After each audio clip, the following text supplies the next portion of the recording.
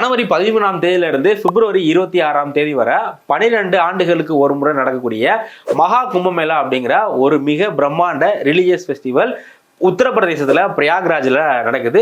இது எல்லாமே நமக்கு ஒரு ஹிந்து மதம் சார்ந்த ஒரு விழாவா தான் தெரியும். ஆனா நம்மளுடைய இந்திய சுதந்திர போராட்டத்துல மகா கும்பமேளா ஒரு மிக முக்கிய பங்காற்றி இருக்கு அப்படிங்கிறது உங்களை எத்தனை பேருக்கு தெரியும்?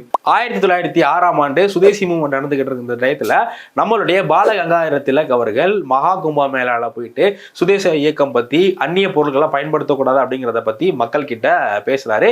இது மட்டும் இல்லாம 1918ல நம்மளுடைய காந்தியடிகள் மகா கும்பமேளா ஒரு மிகப்பெரிய சொற்பொழிவு காட்டுறாரு. ஸோ அது அங்க கூடியிருந்த மக்களுக்கு சுதந்திரம் பத்தின விழிப்புணர்வு வந்து ஏற்படுத்துது. ஸோ இந்த மாதிரி மகா கும்பமேளா அப்படிங்கிறது ஒரு ரிலீஜியஸ் ஃபெஸ்டிவலை தாண்டி இந்தியாவுடைய ஒரு நேஷனல் ஃபெஸ்டிவலாகவே இன்னைக்கு வந்து நடந்துட்டு இருக்கு.